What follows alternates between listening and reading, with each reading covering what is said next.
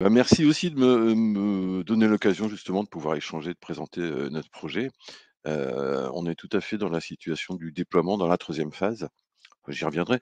Je voudrais d'abord présenter un petit peu le contexte dans lequel, ce projet est présenté. Parce que la MSA, je suis pas sûr qu'elle soit connue par tout le monde. Enfin, on entend parler quelquefois de la MSA quand les agences brûlent, mais en dehors de ça, un peu moins.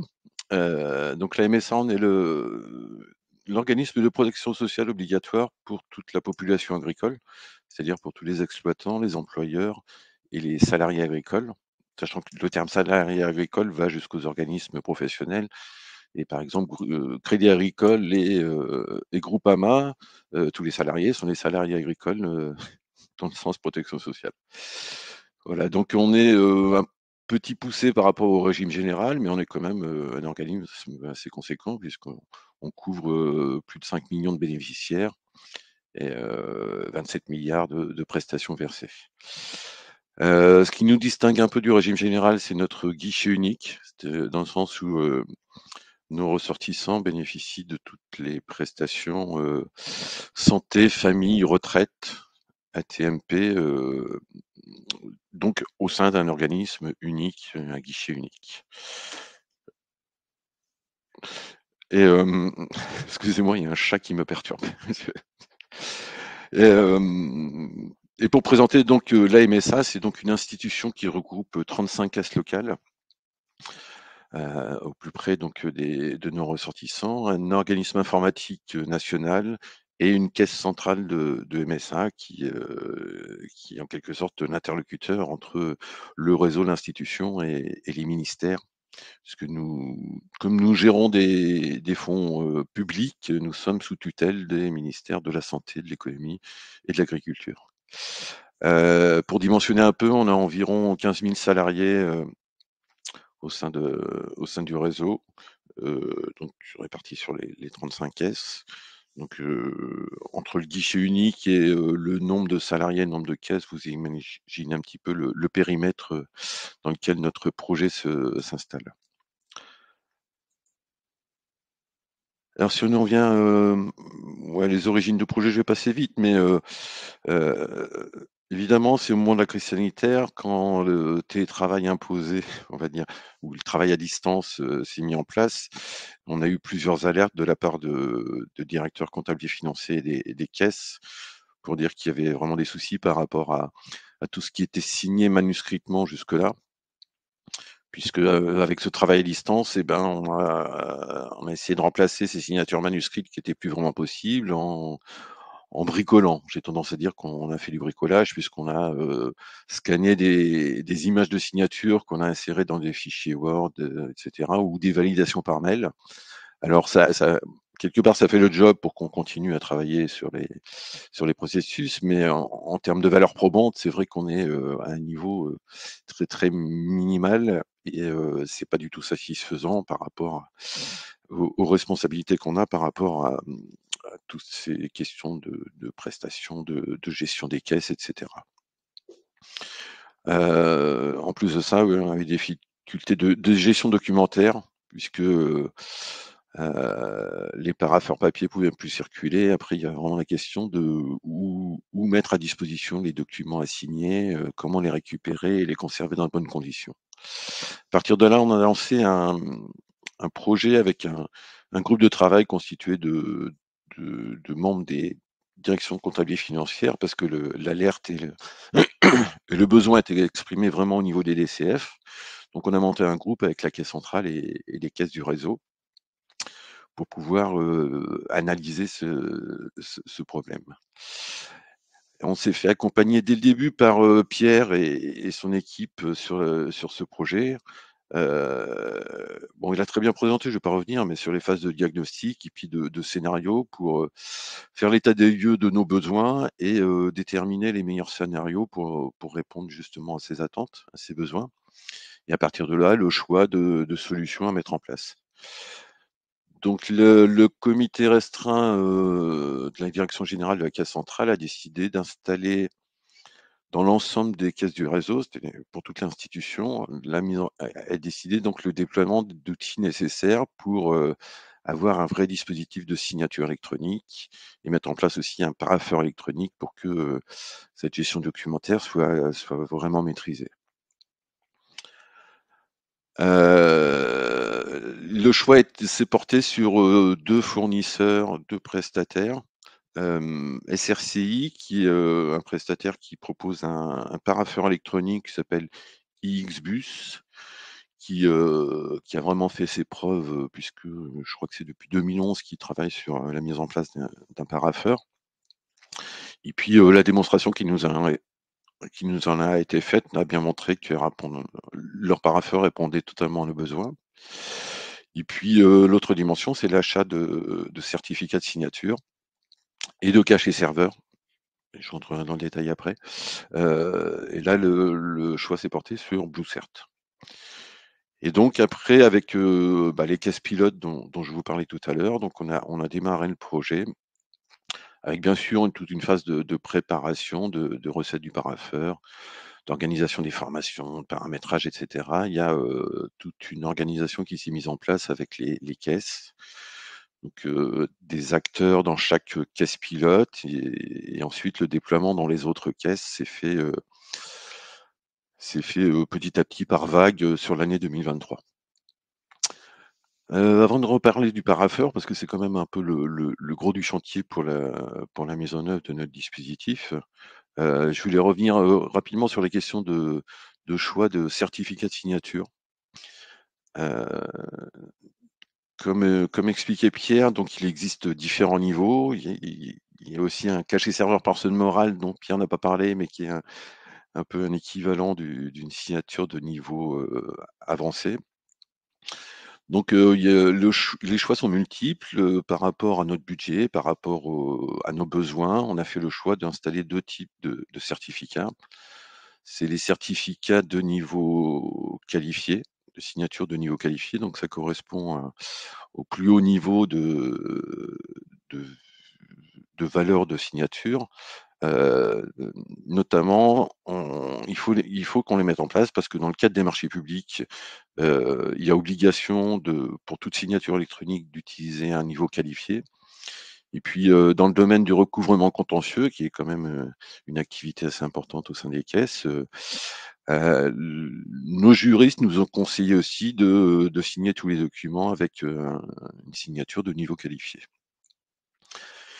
Et puis après pour tous les autres types de documents qui ont des valeurs probantes moins fortes, heu, le principe a été de mettre en place des cachets serveurs personne morale dans chaque organisme du réseau. Ce qui est l'équivalent un peu d'un tampon électronique, mais un peu équivalent à une signature avancée. Donc on a quand même une vraie valeur juridique de ces signatures, même sur des, documents, moins engageants.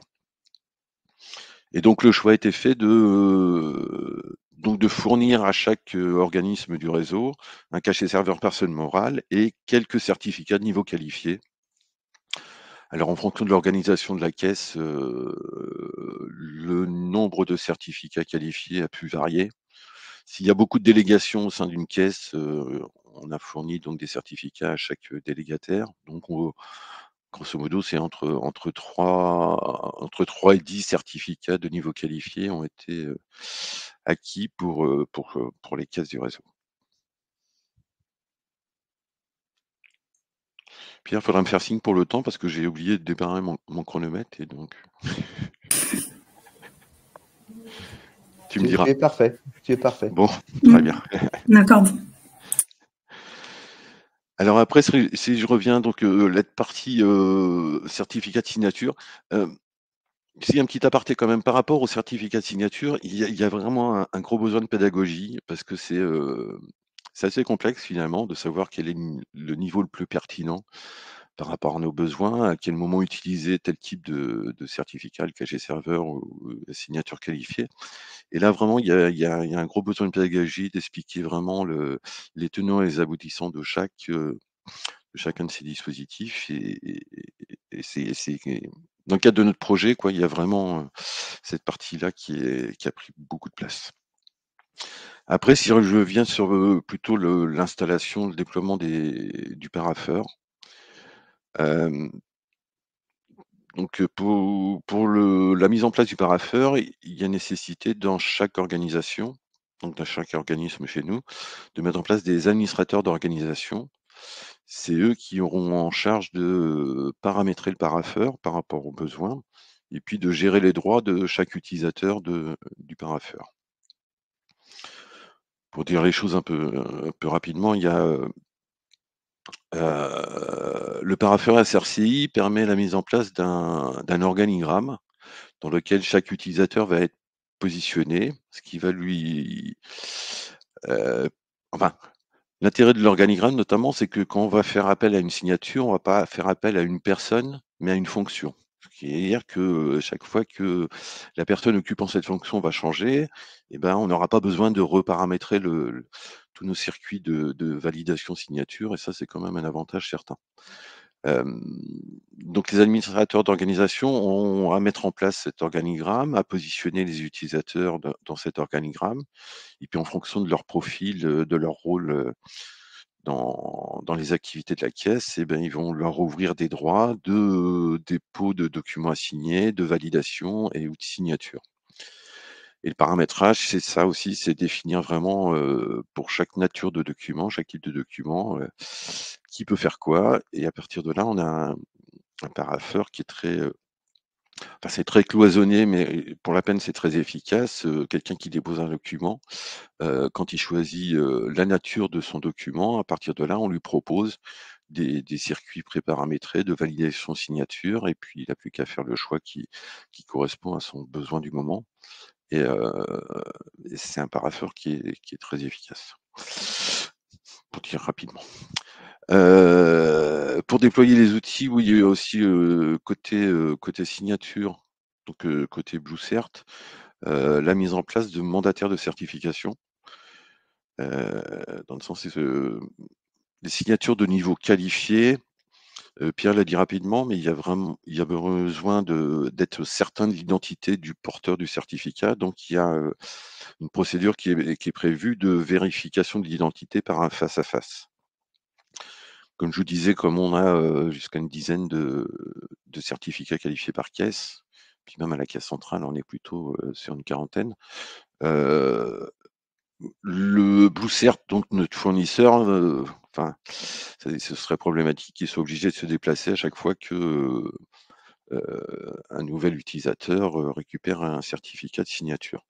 Donc le principe, c'est, la mise en place de mandataires. C'est des personnes qui vont être agréées par BlueCert et vont être en capacité donc de gérer toutes les commandes, les demandes, les commandes et la distribution surtout des certificats aux utilisateurs porteurs de certificats, surtout qualifiés.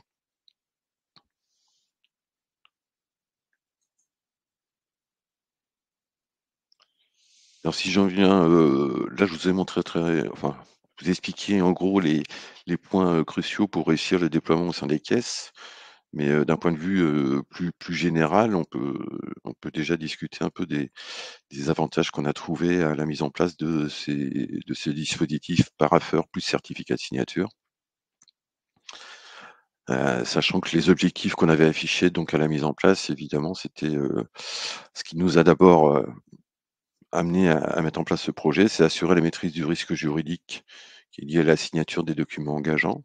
Puisque là, comme on le disait, des validations par mail pour des documents très engageants, ça pouvait poser problème si jamais il y a, un contentieux, survenait par rapport à ce type de document et l'idée aussi, c'est de poursuivre la dématérialisation de nos process parce qu'évidemment, dans les organismes de protection sociale comme ailleurs, la dématérialisation, avance petit à petit, aussi bien dans les relations avec les ressortissants que, au sein des activités plutôt d'administration, de gestion des caisses.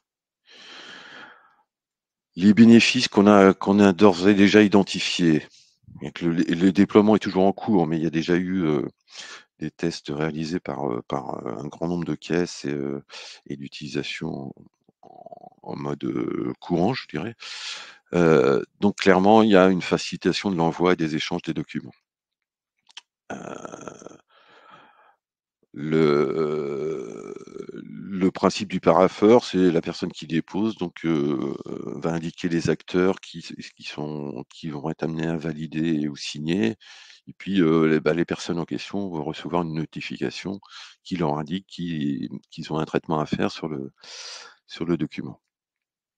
Donc et puis l'intérêt aussi, c'est qu'on est sûr de retrouver tous les documents à signer sur le même outil et non pas, dans des répertoires partagés sur des serveurs comme ça pouvait se faire, auparavant. Il y a une vraie accélération de la procédure de signature, hein. Évidemment, vous avez tous subi, je pense, le coup du parapheur, papier qui reste sur le coin des bureaux et des signatures qui peuvent traîner, sur, quelques heures, voire quelques jours. Là, clairement, c'est très facile, pour les valideurs, pour les signataires de réaliser les opérations attendues et donc la durée totale entre le dépôt, l'envoi du document à signer et la signature, elle est vraiment enfin, le temps total est vraiment, vraiment réduit par rapport aux méthodes, physiques classiques. Une accessibilité facilitée pour réaliser les actes de visa et signature, heu, donc les actes de visa signature, sauf pour la signature qualifiée, ça peut être fait aussi bien sur un ordinateur que sur une tablette ou sur un smartphone. Donc très clairement pour, nos équipes de direction, permettre que la validation et la signature, avec le cachet serveur soit réalisée sur smartphone, je pense que c'est une possibilité qui plaît beaucoup et puis, qui va permettre d'aider au déploiement rapide des outils dans les caisses. Il y a un suivi en temps réel de l'avancement des dossiers. Là, je fais toujours le parallèle avec le parapheur physique, une fois qu'il était parti dans les bureaux, dans les autres services, pour savoir où on en était dans l'avancement de la signature, il fallait, soit téléphoner à la personne au secrétariat ou aller voir, enfin. Là, la personne qui dépose un document à signer a toujours de la visibilité sur l'état d'avancement du dossier. S'il y a, les circuits de validation signature, on peut mettre, énormément de valideurs signataires. S'il y a, 3 valideurs, 3 signataires, on sait exactement quelle personne on attend pour que le circuit puisse passer à l'étape suivante et donc à partir de là, on peut relancer si les personnes tardent, il y a un vrai suivi, très très efficace. Et puis un autre des bénéfices, qu'on a identifié évidemment, c'est la question de la sécurisation des données dématérialisées. Heu, c'est ce enfin, l'avantage, c'est, comme je disais, on a le parapheur, c'est un seul outil sur lequel on retrouve tous les documents signés. Hem, i et en plus, les documents sont conservés dans de bonnes conditions, par rapport aux besoins qu'on a d'archivage. Alors, on va mettre en place un système d'archivage propre et il y aura une connexion entre le parapheur et le SAE qui va être mis en place. Mais en attendant, on sait que SRCI nous conserve les documents dans de bonnes conditions. Hem, Comparé au dispositif qu'on a à l'heure actuelle, c'est quand on a des documents même si on avait, uniquement les certificats de signature, si on met nos documents signés en format PDF sur un répertoire dans un serveur, il n'y a pas du tout la sécurisation qu'on peut obtenir avec ces outils-là. C'est-à-dire que, quelque part, avec une fausse manip, n'importe qui peut détruire un document, sur un répertoire et le pire, c'est que généralement, on n'a pas la trace de, l'existence et de la suppression de ce document. Donc, avec un outil comme le Parapheur, très clairement, les données sont beaucoup plus sécurisées que sur les méthodes classiques qui sont toujours de l'ordre du bricolage. Après les impacts environnementaux, oui, on les a mis en avant, le côté, économie, réalisé par rapport aux méthodes physiques classiques, puis, la question du bilan carbone aussi qu'on a mis en avant évidemment, face notamment à nos instances, représentatives du personnel qui ont validé le principe de la mise en place de ces outils.